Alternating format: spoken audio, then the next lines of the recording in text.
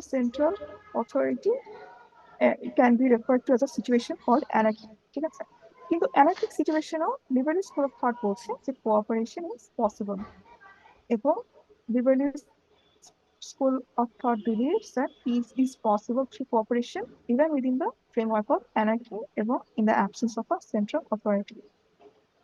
কারণ liberals emphasize the importance of international organizations and non-governmental organizations in shaping state behavior and influencing policy decisions. আমরা যখন এই টপিকটা পড়বো থিওরাইজিং ইন্টারন্যাশনাল ইনস্টিটিউশন, আমরা বেসিক্যালি আমাদের যে অ্যাঙ্গেলটা থাকবে, ফোকাসটা থাকবে, সেটা হচ্ছে থিওরিগুলো কিভাবে ইন্টারন্যাশনাল অর্গানাইজেশনস এর রোল গুলাকে দেখবে। যেমন লিবারেল স্কুল অফ থট যখন আমরা পড়ছি তখন আমরা দেখবো যে they are positive about the role of IGOs and NGOs, international ইনস্টিটিউশনের রোলের ব্যাপারে দে আর পজিটিভ। আমরা যখন রিয়েলিজম পড়বো তখন দেখবো ইন্টারন্যাশনাল অর্গানাইজেশন নিয়ে liberal school of thought they are skeptic. ঠিক আছে, এই ভিউ পয়েন্ট গুলোর ব্যাপারে একটু তাহলে পড়তে সহজ হবে। So liberalism, they emphasize on the importance of international organizations, NGOs, IGOs, এবং তারা মনে করে এই অর্গানাইজেশনস গুলা একটা গুরুত্বপূর্ণ ভূমিকা রাখে in shaping state behavior and influencing policies in the international arena. যেমন ধরেন WTO এর কথা চিন্তা করতে পারেন। WTO sets the trade rules and it helps countries to negotiate on trade agreements. They encourage fair and open trade. আবার নন governmental organisations এর মধ্যে আপনি গ্রিন পিস দেখতে পারেন। গ্রিন পিস এটা একটা এনজিও এবং এটা অ্যাডভোকেসি করছে এনভায়রনমেন্টাল প্রোটেকশনের জন্য, এবং এটা অ্যাওয়ারনেস ক্রিয়েট করে ক্লাইমেট চেঞ্জ নিয়ে, ডিফরেস্টেশন নিয়ে, পলিউশন নিয়ে। So basically liberal school of thought বলছে যে people are rational, they are capable of cooperation, international system anarchic হলেও it is possible to cooperate, এবং there is the importance of international organisation. এটা হচ্ছে basic understanding of liberalism and international relations. এখন আমরা একটু দেখি যে লিবারেলসরা কি মনে করে আইজিওস তে কি রোল থাকতে পারে, ইন্টারন্যাশনাল অর্গানাইজেশন গুলো কি করতে পারে। ইন্টারন্যাশনাল অর্গানাইজেশন গুলোর খুব বেশি কিছু রোল আছে। They promote cooperation, they serve as arena for negotiation, promote development, enhance international order, address common international problems or problems without passports. They can be used as instruments of foreign policy. They can dictate state behavior.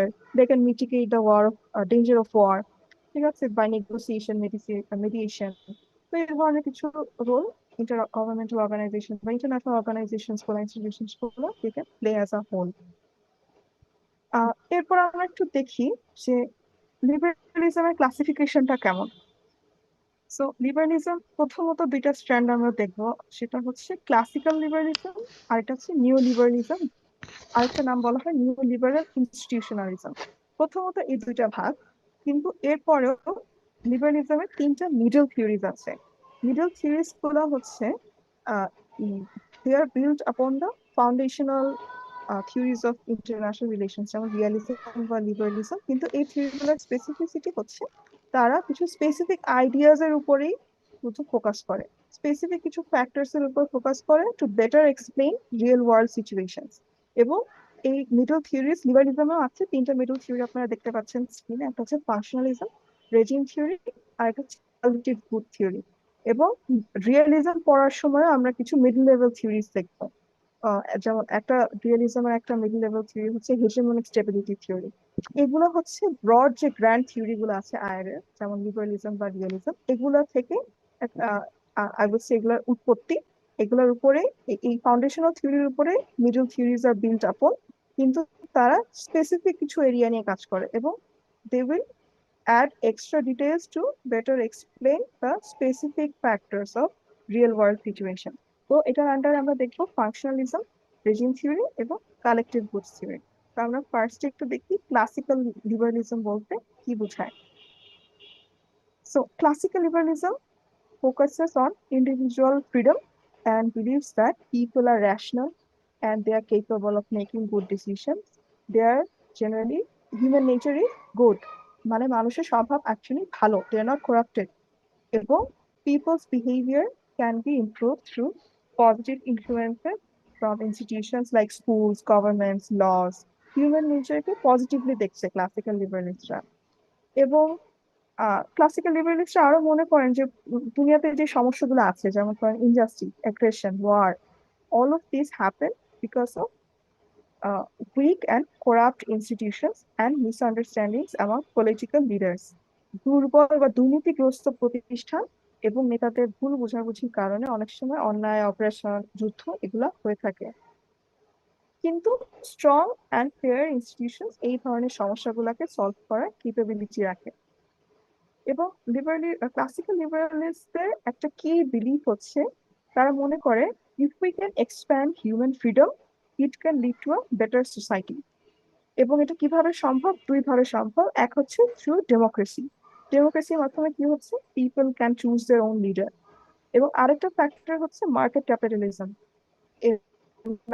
Market capitalism under it, individuals can have the freedom to start business and trade among each other.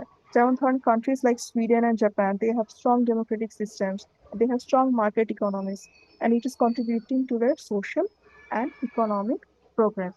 এটা হচ্ছে basic ideas about the classical liberalist school. এখন classical liberalism এর সম্পর্কে করে international রিলেশনসে।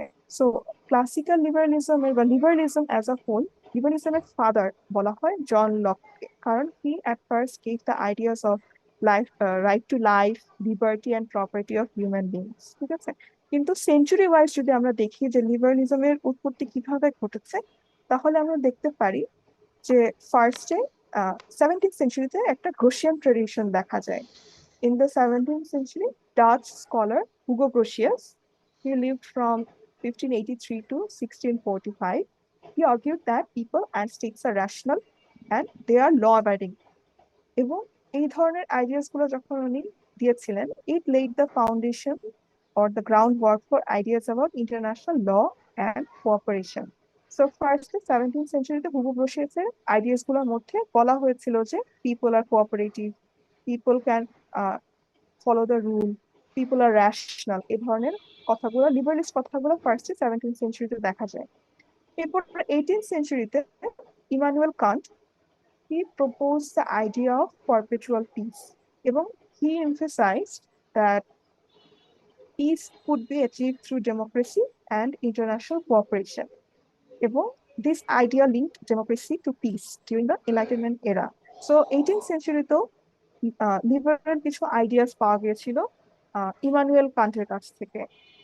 এবং 19th সেঞ্চুরিতে দেখা যায় যে লিবারাল আইডিয়াস এগুলো আরেকটু ইভলভ হয়, and they focused more on economic freedom and unification. এবং এই ধরনের আইডিয়াস গুলো নিয়ে আসে Adam Smith, Jeremy Bentham, because they believed in free markets and the benefits of international cooperation. 19th সেঞ্চুরিতে ইকোনমিক ফ্রিডমের দিকে লিবারালিস্ট আইডিয়া গুলা শেপ হতে থাকে।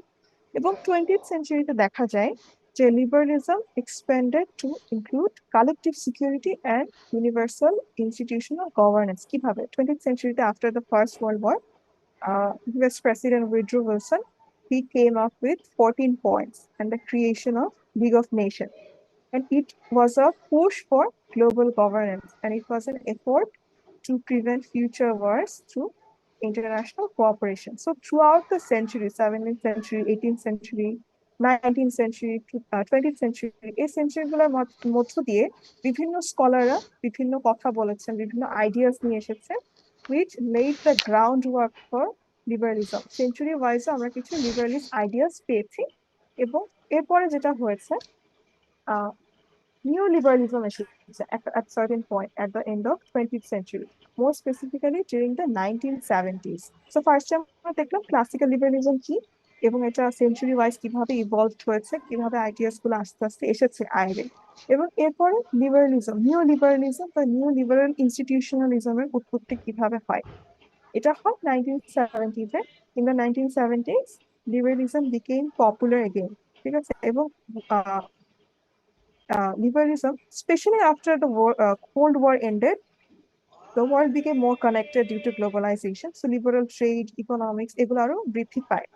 এবং specially after the cold war, 1970s থেকে বাড়তে থাকে এবং কোল্ড ওয়ারের পরে এটা বেশি বৃদ্ধি পায়। এবং নিওলিবারালিজম বেসিক্যালি কিসের উপর ফোকাস করে? ইট ফোকাসেস অন স্টেটস। এটা খুবই স্টেট সেন্ট্রিক একটা ভিউ দিবে, and it believes that even though the world has no central authority, যেটা কথা শুরুতেই বলেছি যে the international system is anarchy, এরপরেও নিউ লিবারালিস্টরা মনে করছে যে countries can cooperate with each other. এটা পসিবল কারণ states are rational and states are going to act at their best interest, এবং sometimes কোঅপারেশনের মাধ্যমে ইন্টারেস্ট উদ্ধার করা সম্ভব, এবং states will be motivated to cooperate, they will be motivated to work together. কেন? কারণ they want to make absolute gains. এখানে absolute gain বলতে বোঝানো হচ্ছে যে country will be trying to improve its own situation and benefits even if the other states benefit too. মানে এখানে zero sum game হবে না, আমি শুধু উন্নতি করব আর কি উন্নতি করবে না, এরকম হবে না। এখানে in the new liberal school of thought absolute গেইনকে বেশি প্রাধান্য দেওয়া হয়, যে আমি ইকোনমিক ইন্টারডিপেন্ডেন্সের মাধ্যমে, ইকোনমিক কোঅপারেশনের মাধ্যমে আমি উন্নতি করি, যার সাথে আমি ইকোনমিক ট্রেডে যাচ্ছি, কোঅপারেশনে যাচ্ছি, সে উন্নতি করুক, কোনো সমস্যা নাই। এই জন্য বলা হচ্ছে যে even within the anarchic situation, trade and commerce is possible. Countries can still cooperate, even if they improve their own situation, but they would not try to do it at the expense of others. Money cooperation will happen regularly, not occasionally. The countries would be trying to cooperate with each other. এবং এটার আরেকটা dimension হচ্ছে new liberal institutionalism. New লিবারালিজমের মধ্যে এটাকে new liberal institutionalism বলা হয়, কারণ এখানে নিউ লিবারাল ইনস্টিটিউশনস গুলা শুধু স্টেট সেন্ট্রিক ভিউ থেকে বের হয়েও ইনস্টিটিউশনস এরও তো একটা রোল থাকে ইন্টারন্যাশনাল কোঅপারেশন, এটা মেইনলি হাইলাইটেড হয়। তো এখানে বলা হচ্ছে, একটা বই আছে Power and Interdependence, which was written in 1977 by Robert Keohane and Joseph Nye. They explain that international institutions are important for managing complex relationships between countries. তারা কি বলেছিল? Basically, they argued that countries become more connected and more dependent on each other for things like trade, security, and resources. এবং এই জন্য they need institutions to help solve problems and avoid conflicts. So, power and interdependence এর মধ্যে Robert Keohane and Joseph Nye, they emphasized on the importance of international institutions. New liberal ইনস্টিটিউশনালিজমের মধ্যে আরো দেখা যায় যে when countries interact with each other regularly, they are more likely to cooperate. কারণ countries understand that their actions today can affect future relationships with the same countries. আমি আজকে একটা পলিসি নিচ্ছি, এটা যদি ভালো পলিসি হয়, আমার নেইবারহুডে যে কান্ট্রিজ গুলো আছে তাদের জন্য যদি বেনিফিশিয়াল হয়, তাহলে it can also effect future relationships and create the scopes for future cooperation. এবং সব country they want to ensure long term benefits by cooperation, এবং এই কারণে countries create international institutions. Institutions play a key role play করে. They help by moderating how states behave. They provide systems to track and prevent dishonesty, and they create incentives to punish those who do not follow the rules. যদি আমরা global গভর্নেন্সের challenges এ পড়েছি যে সবসময় আপনি আসলে accountability ensure করতে পারবেন না, but global governance is not perfect, and despite that we need international institutions to keep at least a system in place to take action. এজন্য institutions will be able to provide transparency so that all countries can see what the other countries are doing, and it would make cooperation easier and more trustworthy. For example, is a World Trade Organization. এটা কিন্তু it helps in monitoring trade agreements between other countries. It helps solve disputes of other countries, and it tries to ensure fair practices among countries. So, neoliberal institutionalism বলছে যে কান্ট্রিদের বৃদ্ধি পাওয়ার জন্য ইনস্টিটিউশনদেরও একটা role থাকে। নেক্সটে আমরা পড়লাম ক্লাসিক্যাল লিবারালিজম, এরপরে আমরা চলে যাব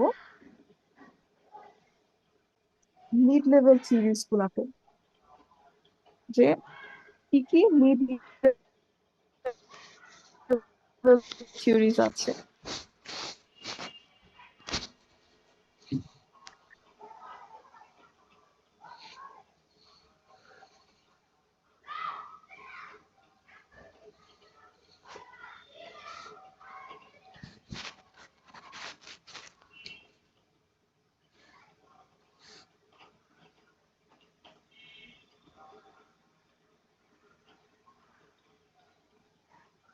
No, ma'am, no questions.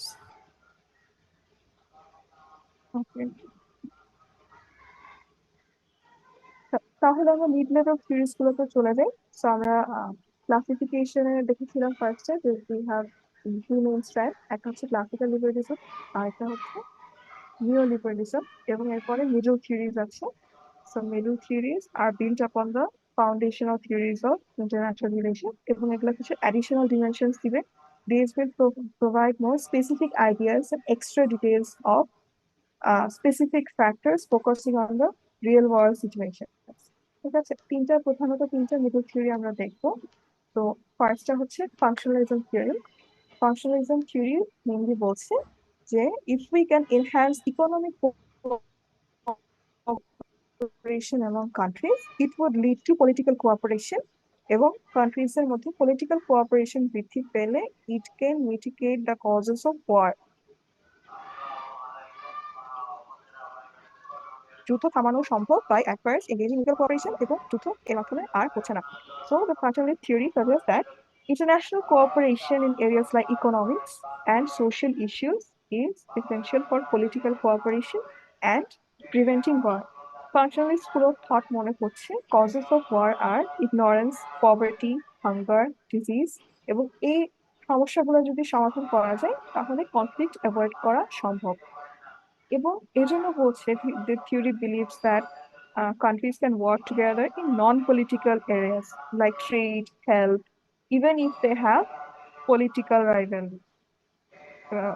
Countries can collaborate on global health issues like fighting diseases without letting the political differences to get in the way. যেমন কোভিড এর সময় আপনারা দেখেছিলেন যে countries are cooperating. ঠিক আছে, কোভিড এর সময় আবার country conflict wise they did not act. যাদের যাদের পসিবল হয়েছে ভ্যাকসিন দেওয়া, সেন্ড করা অন্য কান্ট্রিতে, দে ডিড দ্যাট। ঠিক আছে, so everybody came to the aids of others. So কোঅপারেশনের মাধ্যমে, সোশ্যাল এবং ইকোনমিক কোঅপারেশনের মাধ্যমে পলিটিক্যাল কোঅপারেশন সম্ভব, এটা ফাংশনালিজম মনে করছে। এবং over time, as countries will be cooperating in non-political areas, it can lead to a stronger foundation of shared values.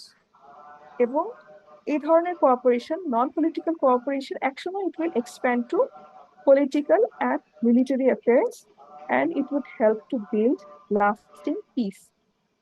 এবং একটা এক্সাম্পল হতে পারে যে গ্লোবাল ট্রেড এগ্রিমেন্ট যেগুলো আছে, it would help us promote peaceful relations among countries. So functionalism theory basically focuses on cooperation in non-political areas that would lead to the cooperation in political areas and military affairs, এবং wars will be avoided.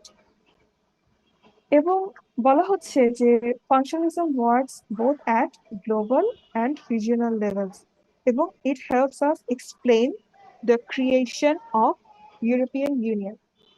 European Union যেটা হয় আর কি, the European countries at first they created some community, coal এবং steel cooperation এর মাধ্যমে, atomic energy cooperation এর মাধ্যমে they started cooperating with each other, and ultimately it led to the cooperation, political cooperation, and the creation of the European Union. এটা আমরা European union যখন পড়বো in detail আমরা হিস্ট্রিটা পড়বো যে কিভাবে ইউরোপিয়ান ইউনিয়ন হয়েছিল। বাট বেসিকলি ইউরোপিয়ান ইউনিয়নেও at first they cooperated on the non-political areas. Atomic energy cooperation করেছে, coal and steel cooperation করেছে, এবং আস্তে আস্তে এবং জিন মনেট, যাকে বলা হয় father of Europe, he believed that economic integration could reduce nationalism and prevent war in Europe. এবং functionalist theories also help us understand the development of specialized US systems, যেমন ওয়ার্ল্ড হেলথ অর্গানাইজেশন। এখানে যে কান্ট্রিগুলো cooperate করছে তারা কিন্তু social issue বা আপনার non political ইস্যুতে কোঅপারেশন করছে, হেলথ নিয়ে কোঅপারেশন করছে। তারপর ইউনিসেফ, তাই না, চিলড্রেন্স এর নিয়ে, এগ্রিকালচারাল অর্গানাইজেশন এগ্রিকালচারাল প্রোডাক্টস নিয়ে, লেবার অর্গানাইজেশন লেবার নিয়ে। So all of this would be practical cooperation to solve global problems. That's it. কিন্তু functionalism might seem a bit too utopian, যে আমি ইকোনমিক কোঅপারেশন করলে আমি political cooperation করতে পারবো এবং ওয়ার হবে না। এটা এটা কিছুটা এটা নিয়ে স্কেপটিসিজম আছে, এই জন্য there are certain criticisms of functionalism. তো ফাংশনালিজমের ক্রিটিসিজম গুলো কি? এটা ফাংশনালিজমের ক্রিটিসিজম মূলত নিও ফাংশনালিস্টরা করেছে, বা নতুন ফাংশনালিজম যেটাকে বলা হয়। সো নিও ফাংশনালিস্ট theorize that the processes are political cooperation are not automatic. They believe that political cooperation does not happen automatically. আমি ইকোনমিক কোঅপারেশন করলে পলিটিক্যাল কোঅপারেশন হবে, not necessarily.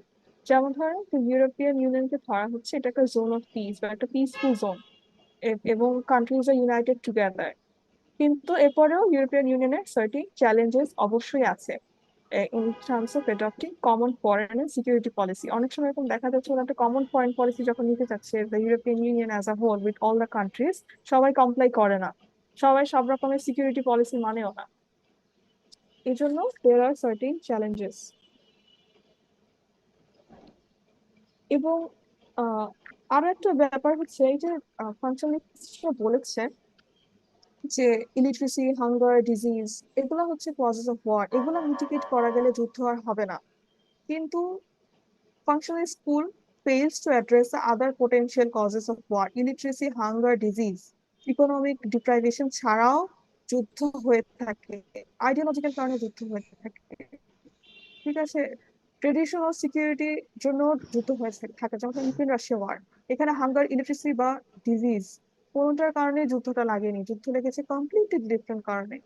Israel Hamas war, এটা অবশ্যই হাঙ্গার, ইলেকট্রিসিটি বা economic ডিপ্রাইভেশনের জন্য না, ঠিক আছে, টেরিটোরিয়ালিটির জন্য হয়েছে, এবং other factors are also there. So শুধুমাত্র ওয়ার হবে হচ্ছে ডিপ্রাইভেশনের জন্য, হাঙ্গারের জন্য নট নেসেসারিলি, অন্যান্য অ্যাসপেক্টসও থাকতে পারে যেগুলা ফাংশনালিজম ইজ নট অ্যাড্রেসিং। কিন্তু এরপরেও despite the limitations of not being able to address the specific or the potential other causes of war, এরপরেও functionalism will help us to understand the growth of intergovernmental organization. দিন শেষে different organizations are cooperating on non-political issues, এবং their cooperation is promoting in the areas like economic and social issues. অন্যান্য ক্ষেত্রে যেমন ইউনিসেফের কথা বলেছি, না WHO এর কথা বলেছি, এই ধরনের অর্গানাইজেশনস গুলা, they are also promoting cooperation in the other aspects, যে কারণে ফাংশনালিজমের অবশ্যই কিছুটা I would say importance আছে despite the limitations. So this is the first middle theory we learned, that is functionalism. And functionalism criticism থাকা সত্ত্বেও it shows the cooperation of countries in the non-political areas. এরপরে আমরা যে second থিওরিতে চলে যাব, সেটা হচ্ছে regime theory.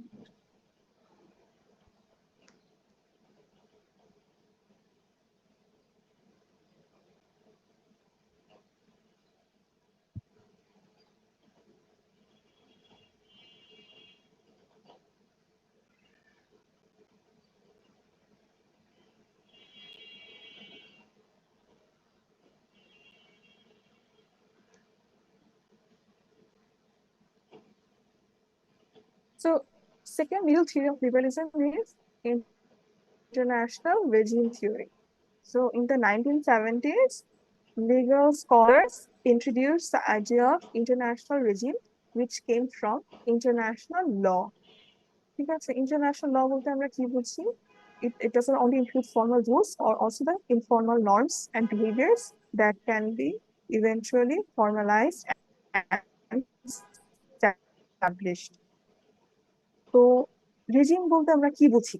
International regime থিওরিতে regime বলতে আমরা আসলে কি বুঝি? রেজিম বলতে আমরা যেটা বুঝি, আমাদের দেশের কন্টেক্সটে যদি বুঝি যে আগে এরশাদ রেজিম ছিল, কেয়ারটেকার রেজিম ছিল, তাই না? ডিফারেন্ট পলিটিক্যাল রেজিম আমরা বুঝি, বাট ইন্টারন্যাশনাল রেজিম থিওরিতে রেজিমের কনসেপ্টটা একটু ডিফারেন্ট। এখানে বলা হচ্ছে যে regime is a set of principles, norms, rules, and decision-making procedures that guide the expectation of actors in specific areas. এটা হচ্ছে ক্রেসনারের দেওয়া একটা ডেফিনেশন। এটার এক্সাম্পল হতে পারে যে প্যারিস ক্লাইমেট এগ্রিমেন্ট, এটাকে একটা রেজিম হিসেবে দেখা যেতে পারে, এবং এই এগ্রিমেন্টে it sets the rules for global cooperation on climate issue. এবং ডিফারেন্ট টাইপস অফ রেজিমও হতে পারে, একটা রেজিম হতে পারে হিউম্যানিটেরিয়ান রেজিম, ঠিক আছে, এটার আন্ডারে রোহিঙ্গা ক্রাইসিস, গাজা ক্রাইসিস, এই ক্রাইসিস গুলোতে they create governance to solve the problems. Nuclear regime থাকতে পারে, nuclear regime will focus on keeping nuclear proliferation in check, যেমন ধরেন নিউক্লিয়ার রেজিমের আন্ডারে আমরা এনপিটি দেখেছি, নন প্রলিফারেশন ট্রিটি, যেটা which was signed by 191 countries in 1968. এবং আমরা এনভায়রনমেন্টাল রেজিমও দেখতে পাই, different agreements, norms, rules or decision making which would keep the environmental security in check. So different kinds of হতে পারে humanitarian, nuclear, environment, যেগুলো sets of norms, principles, decision making থাকবে, agreements থাকবে, procedures থাকবে. They would be trying to solve certain specific issues. এবং বলা হয় যে এই যে রেজিম গুলা, these regimes are tools for fostering mutual cooperation and interdependent. Of course, আমরা যখন একটা রেজিম বানাচ্ছি এটা আন্ডারে কিছু কান্ট্রি কোঅপারেট করছে, so mutual interdependence is of course promoted. এই যে ফর এক্সাম্পল sustainable development regimeর আন্ডারে countries would work together on environmental goals. যেমন ধরেন কয়েকটা কান্ট্রি মিলে ডিসাইড করতে পারলো যে we will decrease our carbon emission, বা আমরা ফ্যাক্টরি ওয়েস্ট গুলা নদীতে ফেলবো না because that is polluting the water. এই ধরনের যে স্টেপস গুলো নেওয়া হয় সেগুলো সাস্টেনেবল ডেভেলপমেন্ট রেজিমের আন্ডারে পড়ছে, where countries are cooperating together to reach certain environmental goals. এবং আরো বলা হয় যে regime theory explains how countries create frameworks or regimes to align their actions with others to achieve certain national interest. এবং এই ক্ষেত্রে intergovernmental organizations play a key role for building and maintaining regimes by establishing principles, norms, rules, and decision-making processes, which would formalize these frameworks. Intergovernmental organization গুলো regime গুলাকে help করে নানান ভাবে। কিভাবে? যেমন ধরেন United Nations will help formalize global agreements like climate action through certain processes. So এই যে এগ্রিমেন্টস গুলা, হ্যাঁ আকাশ বলেন। ম্যাম কাইন্ডলি একটু ম্যাম ইন্টারন্যাশনাল রেজিম বলতে ম্যাম কি বোঝানো যায় আরেকবার একটু ম্যাম এক্সপ্লেন করলে ভালো হতো। ওকে, রেজিম বলতে আমরা বুঝতে পারছি বেসিকলি এটা কোনো আপনার রুলের কথা বলা হচ্ছে না, এটা একটা set of principles, norms, rules and decision making procedure. একটা রেজিমের কথা যদি বলি, যেমন ধরেন হিউম্যানিটেরিয়ান রেজিম, ঠিক আছে, এটার আন্ডারে there will be certain agreements, certain principles, certain norms, বা certain group of countries which are working together to mitigate the crisis. যেমন ধরেন হিউম্যানিটেরিয়ান রেজিমের আন্ডারে থাকতে পারে there will be certain groups who are focusing on the Rohingya crisis. এটা নিয়ে তারা কাজ করছে, এটা নিয়ে এটাকে পলিটিসাইজ করছে, এইটার সমস্যাটা তুলে ধরছে, এটা সমাধানের চেষ্টা করছে, ঠিক আছে। সো হিউম্যানিটেরিয়ান রেজিম যদি আমরা একটা রেজিম ধরি ইন দ্য ইন্টারন্যাশনাল সিস্টেম, এই রেজিমের আন্ডারে আপনি কিছু এগ্রিমেন্টস দেখতে পারবেন, কোয়ালিশন অফ কান্ট্রিজ দেখতে পারবেন, যারা চেষ্টা করবে এই স্পেসিফিক সমস্যাটা সমাধান করার। ঠিক তেমনি যদি আমরা নিউক্লিয়ার রেজিম দেখি, নিউক্লিয়ার রেজিম চেষ্টা করবে যে কি কি ধরনের মাল্টিল্যাটারাল এফোর্টস নেওয়া যায় to contain the proliferation of nuclear weapons। এবং এই কারণে নিউক্লিয়ার রেজিমের আন্ডারে আপনি এনপিটিটা দেখতে পাচ্ছেন, মানে নিউক্লিয়ার নন প্রলিফারেশন ট্রিটি। এটাকে আপনি একটা রেজিম হিসেবে ধরতে পারেন বা রেজিম এফোর্ট হিসেবে ধরতে পারেন, যে এখান থেকে countries are trying to sign a treaty to stop the proliferation of nuclear weapon. Environmental regimeর আন্ডারে এই যে সাস্টেনেবল ডেভেলপমেন্ট রেজিম, এটা কি করবে? It would help to decrease carbon emission. It would stop sending all the waste products of a factory to the river, ঠিক আছে। Different efforts under certain regime, কয়েক রকমের রেজিম হতে পারে, এগুলোর আন্ডারে কিছু আপনি এগ্রিমেন্টস দেখবেন, কিছু যেমন Paris climate agreements fall within a regime, ঠিক আছে। তারপরে এনপিজি, এটা দেখতে পাবেন একটা ট্রিটি সাইন হচ্ছে, it falls within a regime. কোন রেজিমের আন্ডারে এটা আপনাকে বুঝতে হবে, যেমন Paris climate agreement, it falls within the environmental regime. আবার কোনো ক্রাইসিস সমাধানে কোনো এফোর্টস দেখলে বা কোনো এগ্রিমেন্টস দেখলে, কোনো গ্রুপ গ্রুপ কোঅপারেশন যদি আপনি দেখেন, it falls within the humanitarian regime বা নিউক্লিয়ার রেজিম। এই ধরনের ডিফারেন্ট রেজিম থাকবে, এটার আন্ডারে specific set of rules and norms নিবে কিছু কান্ট্রিজ, কিছু ডিসিশন মেকিং প্রসেসেস হবে। It would be guiding the expectation of state actors or non state actors on some specific issue areas. Basically রেজিমের আইডিয়াটা হচ্ছে ইন্টারন্যাশনাল সিস্টেমে এরকম।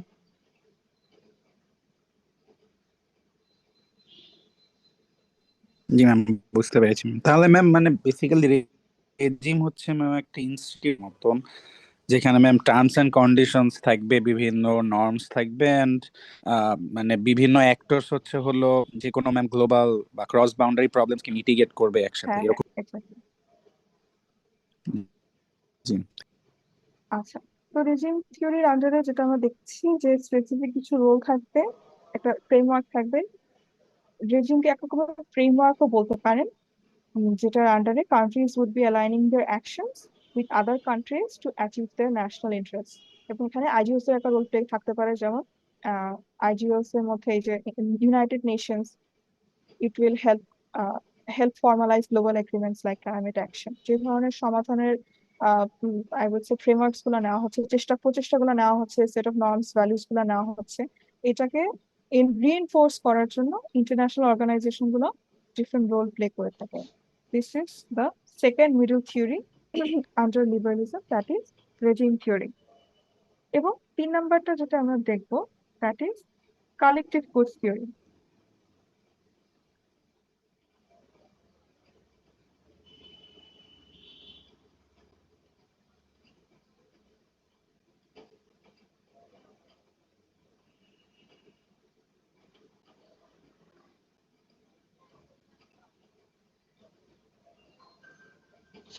ওকে, সো কালেকটিভ গুডস থিওরি বলতে কি বোঝায়?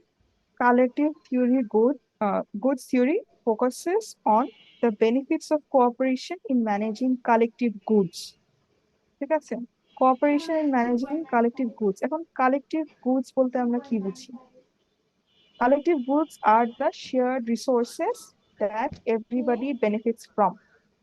এবং এই রিসোর্স 2 রকমের হতে পারে, এক হচ্ছে ন্যাচারাল কমন্স, একটা হচ্ছে হিউম্যান মেড কমন্স। ঠিক আছে, কালেকটিভ গুডস গুলা কি কি দেখে নিই।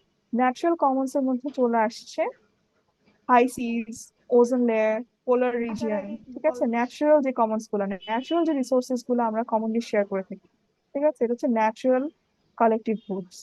কারণ সিজ সবার জন্য, ওজন লেয়ার আমাদের সবার মাথার উপর দিয়ে আছে, পোলার রিজিয়ন সবার জন্য। এবং হিউম্যান মেড যে গ্লোবাল কমন্স গুলো আছে, যেমন ইউনিভার্সাল নর্মস, নলেজ, ইন্টারনেট, এবং global issues like piece, health, finances, stability, freedom from poverty. ঠিক আছে, এগুলো হচ্ছে হিউম্যান মেড গ্লোবাল কমন্স। ঠিক আছে, সবার জন্য নলেজ, নর্মস সবার জন্য, ইন্টারনেট সবার জন্য, পিস সবার দরকার, হেলথ সবার দরকার, ফাইন্যান্সিয়াল স্টেবিলিটি সবার দরকার, ফ্রিডম ফ্রম পভার্টি সবার দরকার। ঠিক আছে, এবং কালেকটিভ গুডস থিওরি এই যে যে কমন যে অ্যাসপেক্টস গুলো হতে পারে, সেটা ন্যাচারাল, যেটা অলরেডি আমাদের এনভায়রনমেন্টে আছে, বা হতে পারে ম্যানমেড গ্লোবাল কমন্স, ঠিক আছে, যেটা আমরা নিজেরা বানিয়েছি। এগুলা নিয়ে, এগুলার মধ্যে যে কোঅপারেশন দরকার, এই কালেকটিভ গুডস গুলা ম্যানেজ করার জন্য যে কোঅপারেশন দরকার, এইটাই basically collective goods theory focus করে এটার উপরে। কিন্তু কালেকটিভ গুডস থিওরি আমাদের কেন দরকার? So there is a concept explained in Garrett Hardin's idea, that is tragedy of the commons. Tragedy of the commons হচ্ছে একটা সমস্যা। এখানে বলা হয়, এই যে আমরা কমন গুডস এর কথা বলছি, যে রিসোর্সেস আছে, ন্যাচারাল রিসোর্সেস আছে বা ম্যান মেড রিসোর্সেস আছে, people tend to over use the resources. They over use our commonly shared resources, that leads to depletion. এবং এই জন্য cooperation is necessary to protect such shared resources for everyone benefit. Collective যে goods গুলা, ধরেন এই যে ozone layer, এটা যে হ্যাম্পার্ড হচ্ছে কেন? এই যে কার্বন এমিশন বাড়ছে, ঠিক আছে, ওজোন লেয়ার ডিফ্লেক্টেড হলে, এটা ডিপ্রেশন হলে আমাদের সবার জন্য এটা একটা সমস্যা। সিজ যদি হাই সিজ আর পলিউটেড, এটা সবার জন্য সমস্যা, কারণ পানিটা সব জায়গায় বয়ে যাচ্ছে। এই জন্য cooperation is necessary to protect this shared resources for everyone's benefit. এজন্য বলা হচ্ছে যে protecting the collective goods require mutual cooperation. High seas যেন ঠিক থাকে, ওজোন লেয়ার যেন ঠিক থাকে, পোলার রিজিয়ন সব বরফ যেন গলে না যায়। ঠিক আছে, এই ধরনের যে কালেকটিভ গুডস গুলো আছে সবার জন্য, যেটা এই ধরনের গুডস গুলো প্রোটেক্ট করতে হবে, এবং এটার জন্য মিউচুয়াল কোঅপারেশন প্রয়োজন। কারণ one countries action can unintentionally harm others. যদিও আমরা কার্বন এমিশন খুবই কম করে থাকি অ্যাজ আ কান্ট্রি, কিন্তু উন্নত বিশ্বের যে দেশগুলো আছে, তারা যে বেশি এমিশন করছে, স্পেসিফিক্যালি যদি বলি চায়না এবং ইউএসএ, তাদের কারণে যদি গ্লোবাল ওয়ার্মিং বেড়ে থাকে, it is also unintentionally harming us. ঠিক আছে, আমরা দেখছি যে অতিরিক্ত তাপমাত্রা, গরমে আমরা অতিরিক্ত গরম দেখছি বা ঠান্ডার কালে অতিরিক্ত ঠান্ডা দেখছি। So as a whole, the climate of the world is being disrupted or disturbed because of some other countries, as one country's actions can unintentionally harm others. এজন্য protecting collective goods is necessary. For example, হচ্ছে sustainable development.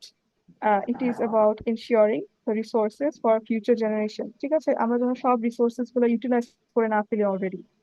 ঠিক আছে, কিছু নন renewable resources আছে যেগুলো যেন আমরা future জেনারেশনের জন্য সেভ করতে পারি, এবং আমাদের যে শেয়ার রিসোর্সেস গুলো আছে সেগুলো যেন আমরা প্রোটেক্ট করতে পারি। এই ধরনের অ্যাটেম্পটস নেওয়াটাই কালেক্টিভ গুডস থিওরি আন্ডারে পড়ছে। এবং কিছু কিছু কান্ট্রি ফ্রি রাইড করছে, কিছু কিছু কান্ট্রি নন কমপ্লায়েন্স দেখাচ্ছে, তারা কার্বন এমিশন কমাচ্ছে না। এবং এইসব স্টেটস গুলাকে আমরা যেটা করতে পারি সেটা হচ্ছে প্রপার স্যাংশনিং এর মাধ্যমে এবং রেগুলেশনস এর মাধ্যমে we can try to take attempts to solve such problems or bring the countries under certain rules to ensure that the collective goods are secured. এবং এই ধরনের স্যাংশনস যদি আমরা দিতে চাই, রেগুলেশনস যদি মেনটেন করতে চাই, we need certain international institutions. এজন্য collective goods theory help us explain the role of international agreements like the United Nations, the intergovernmental organization, and international regimes.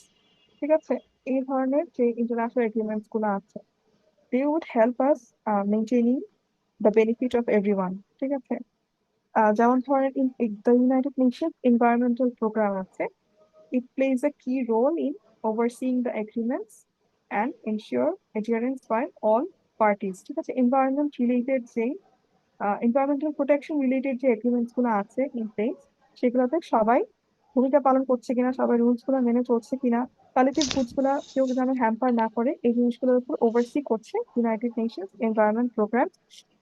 Although we know that there are of course certain limitations, এরপরেও free রাইডের problem থাকবে, এরপরেও কিছু country থাকবে which would not listen to the institutions, but despite that we need a system in place. কিছু একটা তো থাকতে হবে।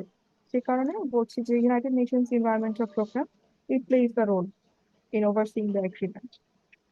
So this is the third theory we saw from uh, the middle theories of liberalism. So ফার্স্টে আমরা কি কি দেখেছি, ফার্স্টে দেখেছি লিবারিজম কি, ক্লাসিক্যাল লিবারিজম বলতে আমরা কি বুঝি, নিও লিবারিজম বলতে আমরা কি বুঝি।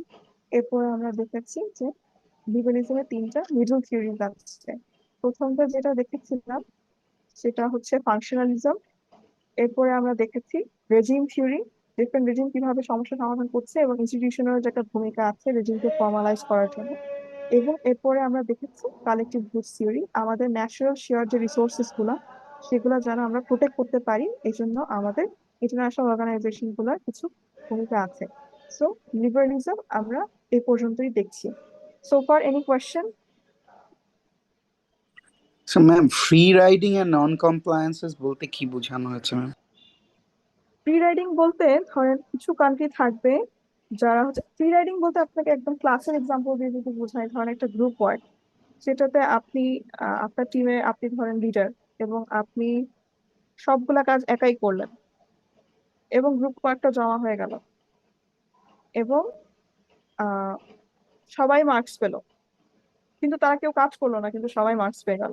তো যারা মার্কস পেয়ে গেল তারা free rider. So free rider হচ্ছে ধরেন একজন কাজ করবে বা একজন একটা পাবলিক গুডের জন্য পে করবে, কিন্তু অন্যরাও এটার বেনিফিটটা নিয়ে নিবে, মানে ফ্রি নিয়ে নিবে। ঠিক আছে, তো ফ্রি রাইডিং আর কি, আপনি ধরেন একটা আহ, একটা ক্লাইমেট এগ্রিমেন্টে সাইন করলেন, এটার আন্ডারে আপনি আছেন, কিন্তু আপনি কমপ্লাই করলেন না, আপনার কার্বন এমিশন আপনি কমালেন না, আপনি আপনার ইন্ডাস্ট্রি বাড়াতে থাকলেন, কার্বন এমিশন বাড়াতে থাকলেন, আপনি ফ্রি রাইডিং করলেন, আপনি উন্নতিও করছেন, কার্বন এমিশন বাড়াচ্ছেন, কিন্তু দেয়ার আর সার্টেন কান্ট্রিজ যারা এমিশন কমানোর জন্য ফ্যাক্টরিজ কমিয়ে ফেলছে, কিন্তু তারা আসলে ইকোনমিক প্রগ্রেসের দিকে একটু পিছিয়ে পড়ছে, কিন্তু আপনি ফ্রি রাইড করছেন, আপনি হচ্ছে গিয়ে এমিশন বাড়িয়ে যাচ্ছেন। এবং নন কমপ্লায়েন্স বলতে ধরেন এই যে প্যারিস ক্লাইমেট এগ্রিমেন্ট, ঠিক আছে, এটার আন্ডারে কিছু কান্ট্রি যদি এখন মেনে না চলে, কার্বন এমিশন না কমায়, ঠিক আছে, তখন এটা নন কমপ্লায়েন্স হলো, যে আমি এগ্রি করলাম না, একটা এগ্রিমেন্ট আনা হলো আমার সামনে, একটা ট্রিটি সাইন করানো হলো বা ট্রিটি সাইন করার কথা বলা হলো, কিন্তু আমি কমপ্লাই করছি না, আমি এগ্রি করছি না যে আমি আমার নিউক্লিয়ার ওয়েপন্স কমাবো, নর্থ কোরিয়ার সাইডটা যদি দেখেন যে আমি চাই না আমার নিউক্লিয়ার ওয়েপন্স কমা যায়, আমি কোনো কোনো এনপিটি সাইন করবো না, কোনো নিউক্লিয়ার কোঅপারেশনে আমি বসবো না। ইউএসএ আমাকে বলতে পারে যে নিউক্লিয়ার ওয়েপন্স কমানো উচিত বা প্রলিফারেশন কমানো উচিত, এরকম নিউক্লিয়ার মিসাইলস টেস্ট করা উচিত না, কিন্তু আমি আমার মতো করে I don't comply to any one of those, আমি আমার মতো করে চলবো, আমার নিউক্লিয়ার ওয়েপন্স যদি বাড়ানো হয় আমি বাড়াবো। সো ফ্রি রাইডার হচ্ছে যে কিছু কান্ট্রিজ বেনিফিট করবে বাই নট কমপ্লাইং আর লিসেনিং টু দ্য এগ্রিমেন্টস, এবং নন কমপ্লায়েন্স হচ্ছে এগ্রিমেন্ট আমি মেনেই চললাম না, দেখলামই না। তো এই ধরনের সমস্যা যে কান্ট্রিগুলো কমপ্লাই করছে না, এগ্রি করছে না বা এফোর্টস নিচ্ছে না to solve certain problems of the international system, তাদেরকে আমরা ফ্রি রাইডার বা নন কমপ্লায়েন্সের আন্ডারে ফেলছি। এবং এদেরকে আই উড সে চেকে আনার জন্য we need various institutions, despite the fact যে আমরা গ্লোবাল গভর্নেন্সের চ্যালেঞ্জেস পড়েছি যে আপনি সবসময় কমপ্লায়েন্স এনশিওর করতে পারবেন না, কিছু ফ্রি রাইডার রয়ে যাবে, কিছু কান্ট্রি থাকবে তারা না সার্টেন এগ্রিমেন্টসে কমপ্লাই করবে না, যেমন প্যারিস ক্লাইমেট এগ্রিমেন্ট থেকে ইউএসএ নিজেই উইথড্র করেছে। তার মানে কি এই দাঁড়াচ্ছে না যে ইউএসএ তাহলে কার্বন এমিশনের ভূমিকা প্লে করছে না? সো এরকম আর কি, যে কিছু কিছু কান্ট্রি থাকবে they will be defaulters in the global efforts to to solve certain problems. These are non-compliance বা ফ্রি রাইডারের মতো পড়ে যাচ্ছে।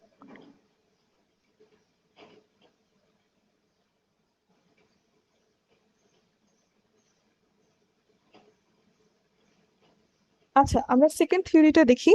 সেকেন্ড যে থিওরিটা আজকে আমরা দেখবো সেটা হচ্ছে সোশ্যাল কনস্ট্রাকটিভিজম।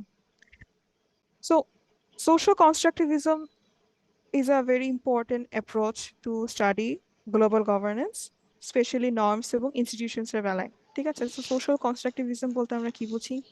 এই থিওরিটা basically focuses on ideas, norms, shared beliefs and cultural practices that shape the behavior of individuals, states and other actors in the international system. Last ক্লাসে আমি বলেছিলাম নর্থ কোরিয়ার এক্সাম্পলটা, যে north Korea has a nuclear capability of 5 atomic bombs, কিন্তু US এর যে immediate neighbour United Kingdom, it has the nuclear capacity of 500 atomic bombs. এরপরেও নর্থ কোরিয়া নিউক্লিয়ার প্রলিফারেশনকে ইউএসএ থ্রেট হিসেবে দেখছে, এবং ইউনাইটেড কিংডমের প্রলিফারেশনকে বা নিউক্লিয়ার ক্যাপাবিলিটিকে ইউএসএ থ্রেট হিসেবে দেখছে না, because of north Korea's identity as a non-democratic country under a non-democratic leader. So ধরে নেওয়া হচ্ছে যে their foreign policy would be aggressive. They can actually uh, come out of any sort of deterrence, তার deterrence maintain করতে পারবে না, মন মেজাজ খারাপ থাকলে একটা বোমা মেরে বসতে পারে। সো তাদের 5টা অ্যাটমিক বা 6টা অ্যাটমিক বম্বের ক্যাপাসিটিকে বেশি থ্রেটেনিং মনে হচ্ছে just because of the country's identity, যেটা একটা ডেমোক্রেটিক কান্ট্রি না, এখানে যে লিডার সে ডেমোক্রেটিক্যালি ইলেক্টেড না। সো তার ফরেন পলিসি এগ্রেসিভ হবে, তার foreign policy would not reflect the opinion of the people. এই জন্য বলা হয় যে constructivism focuses on state's identity and interest, এবং এটা বলে যে স্টেটের আইডেন্টিটি এবং ইন্টারেস্ট এগুলো সবই সোশ্যালি কনস্ট্রাক্টেড। এর অর্থ হচ্ছে এই যে আইডিয়াস গুলো একটা স্টেট নিয়ে আমি যে আইডেন্টিটি নিয়ে যে আইডিয়াস গুলো রাখছি, these are influenced by culture, norms and ideas and interactions of states within state and other countries. For example, একটা স্টেটের foreign policy it can be shaped by historical experiences and cultural values, বা এই যে identity, একটা স্টেটের identity কি, যেটা কি নন ডেমোক্রেটিক নাকি ডেমোক্রেটিক, এটার উপরেও আমি একটা স্টেট নিয়ে ধারণা পোষণ করছি এবং আমার ইন্টারাকশনটা আমি অ্যাকর্ডিংলি শেপ করছি। ঠিক আছে, এই জন্য বলা হচ্ছে Alexander Van, who is regarded as the father of social constructivism, he said that uh, he played actually a role in developing social constructivism in his article titled "Anarchy is what state makes of it." এটা একটা খুবই important একটা quotation, যে anarchy is what states make of it, মানে অ্যানার্কিকে আপনি কিভাবে দেখছেন, যে কান্ট্রি যেভাবে দেখছে। ঠিক আছে, এখানে ওয়েন্ট আর্গু করেছেন যে একটা স্টেটের আইডেন্টিটি এবং national interest, it is shaped largely by its interaction with other states. এর অর্থ হচ্ছে not only external, rather their behavior is influenced by how they relate to it others. ঠিক আছে, আমি অন্যকে কিভাবে দেখছি, এনার্কিকে কিভাবে দেখছি, আরেকটা স্টেটের আইডেন্টিটিকে কিভাবে দেখছি, এইটার উপরেও তাদের অ্যাকশনস ডিপেন্ড করতে পারে, নট নেসেসারিলি আমি শুধু আমার দেশের ইন্টারেস্টটা দেখে আরেকজনের সাথে কোঅপারেট করছি বা আরেকজনের সাথে আমি কনফ্লিক্টে যাচ্ছি। তাকে আমি কিভাবে দেখছি, স্টেটের আইডেন্টিটি কিভাবে দেখছি, এটা দিয়েও ইন্টারাকশনস গুলো শেপ হয়। এবং বলা হচ্ছে যে these interactions create and maintain social structure, whether it is cooperative or conflict driven. For example, if states interact peacefully, they may develop cooperative relationship. If they're in conflict, social structure becomes more competitive or hostile. ঠিক আছে? So anarchy is what states make of it. কিভাবে national interest এবং identity is shaped by its interaction with other state. যদি আমি positive এনভায়রনমেন্টে interact করি তাহলে these are cooperative. যদি আমি কনফ্লিক্টাস সিচুয়েশনের মধ্যে যাই তাহলে এটা কম্পিটিটিভ। সোশ্যাল স্ট্রাকচার, স্টেটের identity, national interest, all of these shape the interaction of states with each other. এবং কনস্ট্রাকটিভিস্টরা আরো আর্গুই করে যে স্টেটের যে ইন্টারেস্ট এবং বিহেভিয়ার এগুলা শিফট হতে পারে due to the changes in world politics. ঠিক আছে, এখানে দুইটা এক্সাম্পল খুবই ইম্পর্টেন্ট। একটা হচ্ছে জার্মানির কি সিচুয়েশন ছিল আফটার সেকেন্ড ওয়ার্ল্ড ওয়ার, এবং আরেকটা হচ্ছে সোভিয়েত ইউনিয়নের কি সিচুয়েশন ছিল after the cold war or the fall of the Soviet Union. জার্মানির কি অবস্থা ছিল? সো জার্মানির after the second world war, জার্মানির যে আইডেন্টিটি ছিল যে একটা ওয়ার ড্রিভেন ওয়ার মঙ্গর একটা কান্ট্রি যে দুইটা বিশ্বযুদ্ধ করেছে, ঠিক আছে, খুব ন্যাশনালিস্টিক একটা স্টেট, এটা থেকে তার আইডেন্টিটি শিফট হয়ে গেল due to the changes in world politics. কিভাবে? It turn into a more cooperative country and it had certain multilateral role in international politics.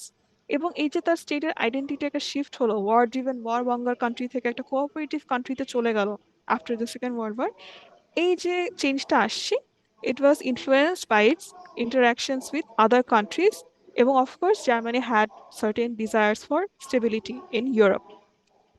এবং জার্মানি কি করলে পরে ইট জয়েন নেটো, তাই না, to secure its place in the western bloc and became a key member of the European institutions like European Union. So এটা একটা war monger country থেকে, war driven country থেকে এটার যে স্টেটের আইডেন্টিটি এটা চেঞ্জ হয়ে গেল as a state that is cooperative, a state that is taking part in multilateral efforts, একটা স্টেট যেটা একটা অর্গানাইজেশনে ঢুকেছে, নেটোতে ঢুকে গেছে, উইচ ইজ ওয়েস্টার্ন ব্লক। ঠিক আছে, এবং এটা ইউরোপিয়ান ইউনিয়নেরও একটা অংশ হয়ে গেছে। So all of this actions mark a shift from isolation and aggression to a peaceful cooperation with other nations.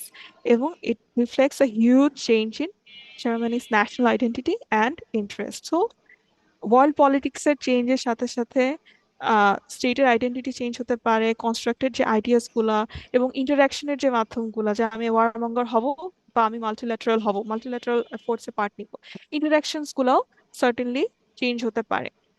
আরেকটা এক্সাম্পল হচ্ছে রাশিয়ার কি অবস্থা ছিল after the Soviet union collapse. ঠিক আছে, so when the Soviet Union collapsed in 1991, Russia also faced the challenge of redefining its identity in the global state. কেন?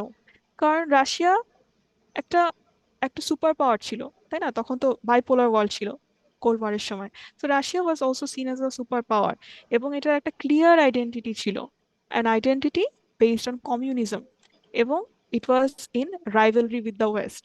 ঠিক আছে, so after the Soviet Union collapsed, Russia also struggle to reshape itself, and some of its leaders they tried to embrace democratic reforms, এবং কিছু লিডার্সরা ছিলেন who tried to restore the aspects of old Soviet power.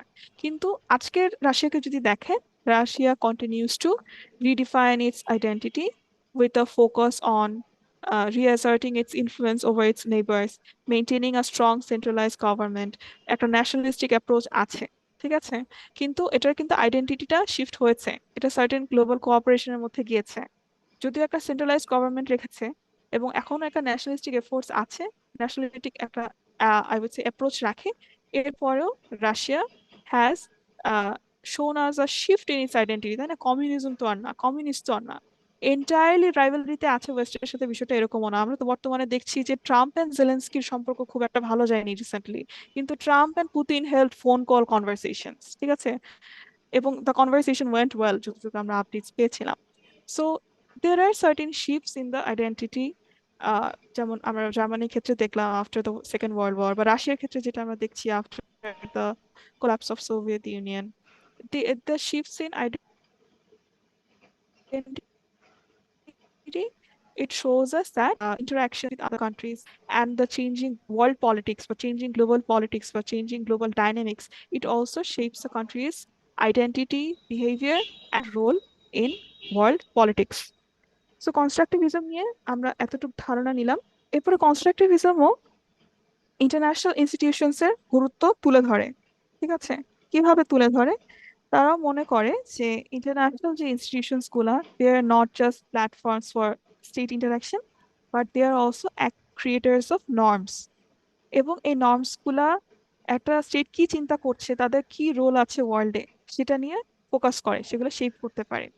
এবং over time, these norms are consistently reinforced by international institutions, and states start to adopt them as part of identity. এজন্য বলা হয় স্টেটের interest, স্টেটের behaviour, স্টেটের identity, it can change often without the need for coercion. যেমন example যদি the international human rights যে regime আছে, it has played a key role in changing how countries view human rights. কিভাবে? Initially human rights এর norms গুলা universally accepted ছিল না। আমরা human rights কি, কোনগুলা রাইটস এর মধ্যে পড়ছে বা কোনগুলা হিউম্যান রাইটস ভায়োলেশনের মধ্যে পড়ছে, সেটা আমরা ক্লিয়ারলি ডিফাইন কোনো কিছু পাইনি। কিন্তু institutions like United Nations, they came up with treaties, তাই না? একটা আমরা পড়ছিলাম, অবশ্যই একটা ডকুমেন্ট আপনারা পড়েছেন, যে universal declaration of human rights in 1948। ঠিক আছে, এই ধরনের এফোর্টস গুলা it helped spread this norms globally. So কনস্ট্রাকটিভিস্টরা বলছে যে ইন্টারন্যাশনাল যে ইনস্টিটিউশনস গুলো আছে, তারা নর্মস শেপ করতে পারে। যেমন হিউম্যান রাইটস যে রেজিম বা হিউম্যান রাইটস এর যে নর্মস গুলা, এগুলো এখন ইউনিভার্সাল, সবাই জানে। ঠিক আছে, সো আইডেন্টিটি, নর্মস, ভ্যালিউজ, এগুলা শিফট করতে বা এগুলো সম্পর্কে ধারণা দিতে সোশ্যাল কনস্ট্রাকটিভিস্ট স্কুল মনে করছে ইন্টারন্যাশনাল ইনস্টিটিউশনস গুলো একটা ভূমিকা আছে, and institutions are active creators of norms. ঠিক আছে, সো সোশ্যাল কনস্ট্রাকটিভিজম এ পর্যন্তই, আজকের ক্লাস এই পর্যন্ত। Any question?